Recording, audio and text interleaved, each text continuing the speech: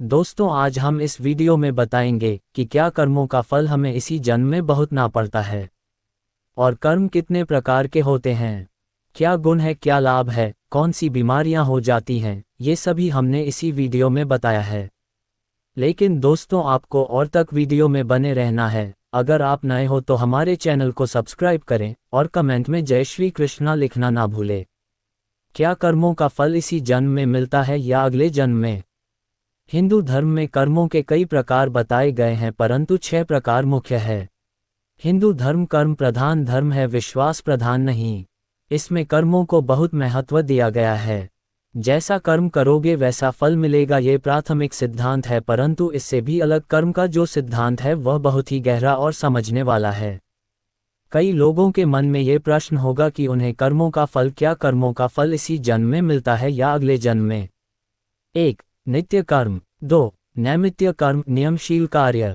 3. काम्य कर्म, किसी मकसद से किया हुआ कार्य। 4. निष्काम्य कर्म, बिना किसी स्वार्थ के किया हुआ कार्य। 5. संचित कर्म, प्रारब्ध से सहेजे हुए कर्म। 6. निषिद्ध कर्म, नहीं करने योग्य कर्म। जिस तरह से चोर को मदद करने के जुर्म में साथी को भी सजा होती है, ठीक उसी तरह काम्य कर्म और संचित कर्म में हमें अपनों के किए हुए कार्य का भी फल भोगना पड़ता है, और इसीलिए कहा जाता है कि अच्छे लोगों का साथ करो ताकि अपने जीवन में सभी कुछ अच्छा ही अच्छा हो। प्रारब्ध कर्म। प्रारब्ध का अर्थ ही है कि पूर्व जन्म अथवा पूर्व काल में किए हुए अच्छे और बुरे कर्म जिसका वर्तमान में फल भोगा जा रहा हो। विशेषतया इसके 2 मुख्य भेद हैं कि संचित प्रारब्ध, जो पूर्व जन्मों के कर्मों के फलस्वरूप होता है, और क्रियमान प्रारब्ध, जो इस जन्म में किए हुए कर्मों के फलस्वरूप होता है। इसके अलावा अनिच्छा प्रारब्ध, परेच्छा प्रारब्ध और स्वेच्छा प्रारब्ध नाम के 3 गौण भेद भी हैं। प्रारब्ध कर्मों के परिणाम को ही कुछ लोग भाग्य और किस्मत का नाम दे देते हैं। पूर्व जन्म और कर्मों के सिद्धांत को समझना जरूरी है। पिछले जन्म के कर्म को ही प्रारब्ध या संचित कर्म कहते हैं।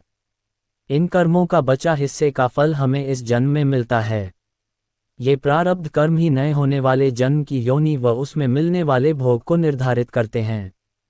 फिर इस जन्म में किए गए नए कर्म, जिनको क्रियमान कहा जाता है, वह भी नए संचित संस्कारों में जाकर जमा होते रहते हैं। यही कारण है कि व्यक्ति को उसके कर्मों के अनुसार फिर अगला जीवन मिलता है और वह अपने कर्मों का फल भोगता रहता है। यही कर्मफल का सिद्धांत है। व्यक्ति के कर्म ही तय करते हैं उसके जीवन की दिशा। जानिए क्या कहते हैं कर्म के नियम। जीवन में हर व्यक्ति कुछ न कुछ कर्म करता है। भगवान श्री कृष्ण गीता में स्वयं कहते हैं कि कोई भी मनुष्य क्षण भर भी कर्म किए बगैर नहीं रह सकता है। व्यक्ति के कर्म ही उसे ऊपर उठाते हैं, और कर्म ही ऊंचाई से उठाकर जमीन पर भी पटक सकते हैं। क्या होता जब भगवान करते हैं कर्मों का हिसाब किताब? जानिए क्या कहते हैं कर्म के नियम। इंसान चाहे कलियुग में हो चाहे सतयुग में, उसे अपने कर्मों का हिसाब किताब तो देना ही पड़ता है। जिसने जैसे कर्म संसार में किए हैं, उन्हीं के अनुसार उसे अपने कर्मों का फल भोगना भी पड़ेगा। यही संसार का नियम है। इसीलिए अच्छे कर्म करने तथा बुरे कर्मों से बचने की सलाह दी जाती है। इस बात को आप एक छोटी सी कहानी से समझ सकते हैं कि कर्मों का फल कैसे मिलता है। भगवान के घर में देर है पर अंधेर नहीं, ये कहावत हम बचपन से सुनते आ रहे हैं, क्योंकि हमारे बड़ों ने हमें जो बताया हमने मान लिया। लेकिन क्या है इसका सही अर्थ, ये आपने अपने जीवन के अनुभवों से सीखा होगा। क्या होता है जब भगवान किसी व्यक्ति के कर्मों के हिसाब किताब पर आते हैं? समझिए एक छोटी सी कहानी से। 2 व्यक्ति मरने के बाद भगवान की अदालत में पहुंचे, जहां उनके कर्मों का हिसाब किताब होना था। भगवान ने चित्रगुप्त को कहा, मृत्यु लोक से इन दोनों व्यक्तियों के हिसाब किताब के चौपड़े लेकर आओ। दोनों व्यक्तियों के हिसाब का चौपड़ा लाया गया। देखने पर मालूम पड़ा कि जो व्यक्ति अभी बेईमान है वह पहले बहुत ही ईमानदार हुआ करता था। उसने इतने अच्छे कर्म किए थे, इतनी ईमानदारी रखी थी कि बहुत बड़ा भाग्य उसको प्राप्त होना था। लेकिन उसके भाग्य प्राप्ति से पहले अंतिम परीक्षा आई। उस परीक्षा के आने पर उसने अपना धीरज खो दिया, और वहां से उसने अपने जीवन का रास्ता बदल दिया और बेईमानी वाला जीवन अपना लिया। अब जो भाग्य उसे मिलने वाला था वो कम होते होते इतना कम रह गया कि 1 बटुआ ही मिला, जिसमें केवल 1000 रुपये थे। देखा जाए तो वैसे उसके नसीब में क्या था? बेईमानी का रास्ता अपनाने से उसका प्रारब्ध प्रभावित हो गया। इसलिए भगवान चाहकर भी उसे कुछ अधिक नहीं दे सकते थे, क्योंकि विधि के विधान के आगे भगवान भी विवश हैं। अब बारी आई दूसरे व्यक्ति की, जो बेहद ईमानदार था। जब उसका हिसाब निकाला तो देखा गया कि वह पहले बहुत ही बेईमान था। उसकी बेईमानी के कारण उसे बहुत कड़ी सजा होने वाली थी, लेकिन सजा प्राप्त करने के पहले उसको जीवन में सुधरने का अंतिम मौका मिला। उसने वह मौका ले लिया और ईमानदारी वाली जीवन शैली को अपनाते हुए खुद को सुधार लिया। तो उसकी सारी सजा भी क्षीण होते होते सिर्फ एक कांटा चुभने जितनी रह गई। उसे जो कांटा चुभा वह उसकी ईमानदारी का फल नहीं था, बल्कि उसके पूर्व बेईमानी वाले जीवन की इतनी ही सजा बची रह गई थी। भगवान हर बुरे व्यक्ति को भी सुधरने का मौका देता है और हर अच्छे व्यक्ति की अच्छाई की परीक्षा भी लेता है। संसार में आज कई लोग कहते हैं कि बेईमानी से जीवन जियो तो मौज करोगे, लेकिन यह मौज थोड़े समय का है, क्योंकि जैसे ही पुण्य का फल क्षीण होगा, उसके बाद जो भोगना होगा वो बेहद मुश्किल होगा। कर्म का फल कब मिलता है? कर्म करने के कितने समय पश्चात फल मिलता है? उत्तर, कर्मों का फल शीघ्र मिलता है और विलंब से भी। यह आवश्यक नहीं है कि कर्म करते ही फल तत्काल मिल जाए। कर्म का फल और उसके काल का निर्धारण कर्म के प्रकार के अनुसार होता है। किसी कर्म का फल तत्काल भी मिल जाता है तो किसी का कुछ मास के पश्चात तथा कुछ का वर्षों के पश्चात भी मिलता है। जिन कर्मों का फल इस जन्म में नहीं मिलता है उनका फल अगले जन्म में मिलता है। उदाहरण, पालक आदि सब्जी मात्र 1-2 मास में ही हो जाती है। गेहूं चना 4-5 मास में होते हैं तो आम अनार आदि का फल 5-6 वर्ष में आते हैं। सुपारी नारियल 8-9 वर्ष में आते हैं। ऐसे ही कर्म के फल के विषय में समझना चाहिए। जिन कर्मों का फल माता पिता, गुरु, आचार्य, संबंधी, स्वामी, समाज आदि द्वारा दे दिया जाता है, उनका फल इसी जन्म में मिल जाता है। किंतु जिन कर्मों का फल उपयुक्त माता पिता, स्वामी, राजा आदि व्यक्ति द्वारा नहीं दिया जाता या कम दिया जाता है, उसका फल अगले जन्म में ईश्वर द्वारा दिया जाता है। कुछ लोग ऐसा मानते हैं कि इस जन्म में किए गए कर्मों का फल इस जन्म में नहीं मिलता, बल्कि अगले जन्म में मिलता है, और इस वर्तमान जन्म में हम जो फल प्राप्त कर रहे हैं वह पूर्व जन्म के कर्मों का फल है। इस जन्म में कर्मों का किंचित मात्र भी फल नहीं है। ऐसा मानना ठीक नहीं है। इस जीवन में हमें जो सुख दुख मिल रहा है वह सब इसी जीवन के कर्मों का फल नहीं है। इसमें बहुत सा भाग पिछले जन्म का भी है, और जो कर्म हम वर्तमान जीवन में कर रहे हैं उन सब का फल इसी जीवन में नहीं मिलेगा। कुछ का तो मिलेगा, शेष कर्मों का फल अगले जीवन में मिलेगा। ये 10 खोटे कर्म करेंगे तो जल्द हो जाएंगे बर्बाद। कभी ऐसा होता है कि कोई व्यक्ति रातों रात बर्बाद हो जाता है तो कोई धीरे धीरे बर्बाद होता जाता है। हालांकि जो लोग रातों रात बर्बाद हो जाते हैं उसके पीछे का सत्य जानेंगे तो समझ में आएगा कि उन्होंने पहले कुछ ऐसे कर्म किए थे जिसके चलते अचानक उन पर मुसीबतों का पहाड़ टूट पड़ा। कर्म हमारा बीज है, जो बोएंगे वही देर सवेर काटेंगे। बुरे कर्मों को आम भाषा में खोटे कर्म कहते हैं। हम अपनी जिंदगी में जाने अनजाने ऐसा काम करने रहते हैं जिसके दुष्परिणाम बाद में निकलते हैं या कभी भी अचानक से सामने आ जाते हैं। तो आओ जानते हैं कि ऐसा कौन से कार्य हैं जिसके चलते आपको बाद में पछताने का मौका भी नहीं मिलता है। जिन्होंने पूरी जिंदगी खोटे कर्म किए हैं उन्हें यम के भयानक दूत दिखाई देते हैं। भोजन, बासी भोजन करना, दक्षिण दिशा में मुंह करके खाना, भोजन के दौरान और बाद में पानी पीना, थाली में ही हाथ धोना, भोजन की निंदा करना, टूटी हुई थाली में भोजन करना आदि ऐसे कई काम हैं जो आपको गंभीर रोग और शोक में धकेल सकते हैं। इसके अलावा अधिकतर समय अकेले ही भोजन करना, भोजन करते करते उठकर दूसरा काम करना और फिर से भोजन करने लगना, खाने में नमक कम है, तीखा ज़्यादा है या फिर अच्छा ही नहीं बना आदि कमियां निकालना भी उचित नहीं है। इसके उपरोक्त नियमों का पालन नहीं करने से बवासीर, कब्ज, कैंसर और अल्सर जैसे रोग तो होते ही है, साथ ही व्यक्ति के घर की बरकत भी चली जाती है। नींद, आप जितना जागते हैं उतना ही सोएं। आप कम सोते और ज़्यादा जागते हैं तो संतुलन बिगड़ता है। हालांकि यदि आप प्रातःकाल जल्दी उठकर कसरत करते हैं तो आपके लिए 4 घंटे की नींद ही पर्याप्त है। नींद का गणित समझे बगैर देर तक जागना आपकी सेहत के लिए खतरनाक हो सकता है। लेकिन इससे भी जरूरी कुछ है।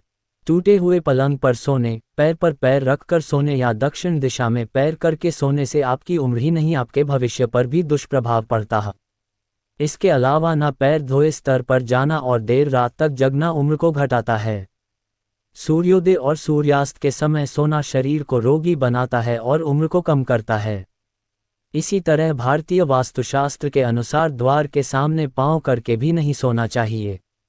केश कर्तन, मंगल और वार के न बाल कटवाना, बाल कटवाने के बाद स्नान नहीं करना, घर में ही बाल काट लेना, लंबी दाढ़ी और बाल रखना, बालों में नियमित तेल नहीं लगाना, बाल नोचना, बाल हाथों से ही तोड़ना आदि ऐसे कई खोटे लक्षण हैं जिससे उम्र कम होती है। अक्सर लोग चंदन का लेप चेहरे पर लगाती हैं, लेकिन यदि यही लेप आप बिना स्नान से पहले लगाते हैं तो इससे आपकी जिंदगी के कई साल कम हो जाते हैं। यदि बालों पर तेल लगाने के बाद वही हाथ हमारे किसी भी अन्य शारीरिक अंग को छू लें, तो ऐसे में हमारी उम्र कम हो जाती है। वस्त्र, अक्सर लोग रात में अपने वस्त्र धोकर बाहर सूखने के लिए डाल देने हैं, जो कि वास्तु के नियमों के विरुद्ध है। इससे व्यक्ति को रोग तो उत्पन्न होते ही हैं, दूसरी ओर सुबह सूखने वाले कपड़े पहनने से उसे अचानक विपत्ति का सामना भी करना पड़ सकता है। हालांकि इसमें से पहली बात को तो माना ही जा सकता है। दूसरी ओर जो दूसरों से वस्त्र मांग कर पहनता है, दूसरों से अन्न मांग कर खाता है और हर कहीं का जल बगैर जांचे ग्रहण करता रहता है, उसकी उम्र घटती जाती है। शौचादि, मूत्र, शौच, छींक, पाद और बगासी को रोकना घातक है। खुले में या खड़े होकर पेशाब करते हैं तो ये तरीका आपकी उम्र कम करने के लिए भी जिम्मेदार है। यदि आप घास के ढेर पर या फिर कंकाल पर बैठते हैं तो आपकी मृत्यु नज़दीक मानी जाती है। शौच का स्थान और शौच करने की दिशा भी नियुक्त है, उसी का पालन करें। इसके अलावा जो व्यक्ति नाखून चबाता है या फिर स्वयं को दूषित रखता है, स्वयं की सफाई का ध्यान नहीं रखता, ऐसे व्यक्ति की उम्र कम होती चली जाती है। हालांकि उपरोक्त से भी खराब बात यह है कि यदि आप नदी के किनारे, पुल के ऊपर, खेत की मेड़ पर, किसी सिद्ध स्थान या पाल्या महाराज के पास मूत्रादि का त्याग करते हैं तो आप भारी मुसीबत में पड़ सकते हैं। संभोगादि, अति संभोग करना, न के समय ही समागम करना या मंगलवार को समागम करने से व्यक्ति की उम्र तो घटती ही है, साथ ही उसे गंभीर रोग भी उत्पन्न हो सकते हैं। मंगलवार को संभोग करने से उसको अपने जीवन में अचानक किसी शोक का सामना करना पड़ सकता है। कहते हैं अत्यंत भोगी, विलासी और कामवासना में ही लिप्त रहने वाला व्यक्ति धीरे धीरे मौत के मुंह में स्वतः ही चला जाता है। बहुत से लोग संभोग करने के अलावा इसी तरह की बातें करते, फिल्म देखते या कल्पनाएं करते रहते हैं। यह उनके उम्र और सेहत के लिए तो खतरनाक होता ही है, साथ ही इस तरह की सोच की आदत बना लेने से वे कभी भी किसी भी प्रकार की मुसीबत में फंस सकते हैं। ऐसी गंदी सोच के दुष्परिणाम ही झेलने होते हैं। अंगुली या गर्दन चटकाना, कई लोगों की आदत होती है कि वे अपनी अंगुलियां या गर्दन की हड्डी को चटकाते रहते हैं। इस खोले लक्षण कहते हैं। इससे जहां उम्र कम होती है वहीं इससे दरिद्रता बढ़ती जाती है। वास्तव में कुछ लोग हर थोड़ी देर बाद जोर जोर से अपनी अंगुलियां चटकाते रहते हैं। वास्तव में लंबे समय तक अंगुलियां चटकाने से आपको बुखार, जोड़ों में दर्द जैसी बीमारी हो सकती है। बुढ़ापे में अंगुलियां हिलने लगती है, अर्थात उनकी किसी भी चीज को पकड़ने की शक्ति का पतन हो जाता है। हड्डी बजाना, इसे हड्डी तोड़ना, चटकाना या कटकाना भी कहते हैं। अक्सर लोग अपनी अंगुलियों की हड्डियों को चटकाते हैं, जिसे खोले लक्षण कहते हैं। माना जाता है कि ऐसा करने वाले के हाथों से लक्ष्मी चली जाती है। अब लक्ष्मी जाती है या नहीं ये तो नहीं मालूम, लेकिन कई लोगों को अपने शरीर के हर जगह की हड्डी चटकाने की आदत होती है, जिसके चलते एक दिन सभी जॉइंट ढीले पड़ जाते हैं और बुढ़ापे में उसकी शक्ति कम हो जाती है। फिर हाथों की अंगुलियों से चाय का कप पकड़ने पर वह हिलेगा। नशा करना, किसी भी प्रकार का नशा करने से सुख, समृद्धि और सेहत सभी एक समय बाद नष्ट हो जाती है। आप कितने ही धनवान हो, लेकिन यदि आप लगातार नशा कर रहे हैं तो निश्चित ही इससे आपके कुल परिवार का बिखराव होता जाएगा। आपकी प्रतिष्ठा धूमिल हो जाएगी। ऐसा कई उदाहरण आपको मिल जाएंगे जिनके पास सब कुछ था लेकिन वे बर्बाद हो गए। कई लोगों को देखा गया है कि मौके झोंके पर जंगल में या खुले आकाश के नीचे कहीं भी सुनसान इलाके में वे शराब पीने के लिए इकट्ठे होते हैं। उनकी ये आदत कभी भी भारी पड़ सकती है। इसके जब दुष्परिणाम निकलते हैं तब समझ में आती है। ज्योतिष अनुसार ऐसे स्थानों पर भोजन आदि करने से राहु और केतु का प्रकोप बढ़ जाता है, तो वास्तु के अनुसार बरकत चली जाती है। लेकिन एक मान्यता अनुसार भूत प्रेत सक्रिय होकर आपके जीवन में तूफान खड़ा कर देते हैं। होली, रंगमंचमी आदि कुछ त्योहारों पर लोग शराब पीते हैं। ये भी देखा गया है कि नवरात्रि और दीपावली के पवित्र दिनों भी लोग अब पीने लगे हैं, जो कि पापकर्म के समान ही है। पीने के लिए आपके पास और भी दिन हो सकते हैं, लेकिन पर्व, त्योहार और व्रतों के दिन पीने के परिणाम भी भुगतने होते हैं। तांत्रिक या वाम कर्म, ऐसा कई लोग हैं तो जल्दी सफलता पाने या किसी को प्रभावित करने के लिए तंत्र आदि का सहारा लेते हैं। वे किसी तांत्रिक या पीर फकीर के यहाँ जाते हैं। ऐसा लोग बाद में अपने किए पर पछताते हैं। तुलसीदास जी ने रामचरितमानस में लिखा है कि यह सभी कोलमार्गी तांत्रिक, अघोर, बाबा आदि है जो धर्म विरुद्ध हैं। कौल या वाम का अर्थ ये कि जो व्यक्ति पूरी दुनिया से उल्टा चले, जो संसार की हर बात के पीछे नकारात्मकता खोज ले और जो नियमों, परंपराओं और लोक व्यवहार का घोर विरोधी हो, वह वाममार्गी है। ऐसा काम करने वाले लोग समाज को दूषित ही करते हैं। ये लोग उस मुर्दे के समान है जिसके संपर्क में आने पर कोई भी मुर्दा बन जाता है। वामपंथ देश, समाज और धर्म के लिए घातक है। सीटी बजाने का मतलब संकट को बुलाना। ऐसा कहते हैं कि घर में या रात में सीटी नहीं बजाना चाहिए। इससे एक और जहां धन की हानि होती है, वहीं आप किसी अनजान संकट को भी बुलावा देने हैं। ये भी माना जाता है कि रात में सीटी बजाने से बुरी आत्माएं सक्रिय हो जाती हैं। हालांकि यह धारणा जापान से भारत में प्रचलित हो गई है।